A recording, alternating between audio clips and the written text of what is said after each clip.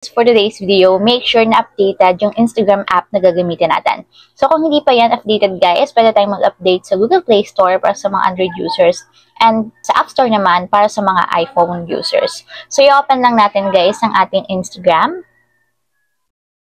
And then pagka-open guys, may two ways tayo kung paano makakapag-send ng quick snap. So mula dito sa newsfeed, pwede nating itap yung add button na nandito sa middle part. And pag tinap nyo yan guys, may lalabas dito na quick snap. And dito naman guys, yung pangalawang option kung paano tayo makakapag-send ng quick snap. So punta lang tayo sa Messenger or sa messages ng ating Instagram.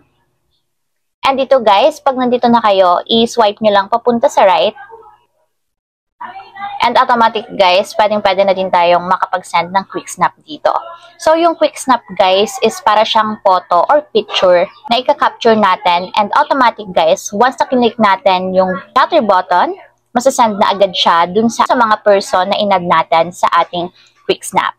So for example guys, is add ako ng person na pagsasendan ko ng quick snap. So dito, ang minimum nga pala guys is 2 persons only. So, makapag-create tayo ng friends with a minimum of 2 person na kasali dun sa quick snap na sasenda natin.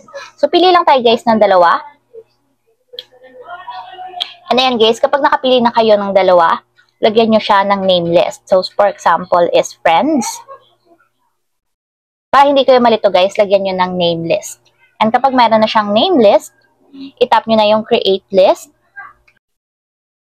And then guys, nakapag-create na tayo ng isang group. So dito guys, ito yung ating group kanina. So yung friends. So once guys na magka-capture kayo or ipipindutin nyo yung shut button or shutter button, automatic yan guys, magsasend to dun sa kanila, dun sa mga person na pinili natin. And dito nyo guys makikita yung mga sinandin nyo sa archive. And ayan guys. So magsasend pa ako ng iba. So meron pa ako ditong ibang group guys.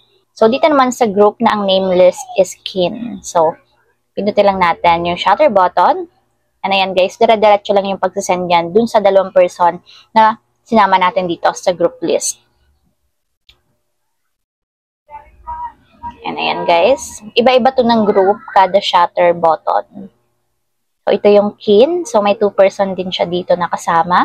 So, sa friends, meron din siyang 2 person na kasama. And ito, friends na isa is meron din siyang 2 person na kasama. Yan o. Mabilis siyang mag-send guys. Kada pindot ng button is nagsasend agad yung quick snap natin doon sa mga person na sinanda natin. So, dito nyo lang siya guys mag-view sa archive. So, ayun lang guys. Ganun lang kasimple kung paano nga ba gamitin ang quick snap sa ating Instagram.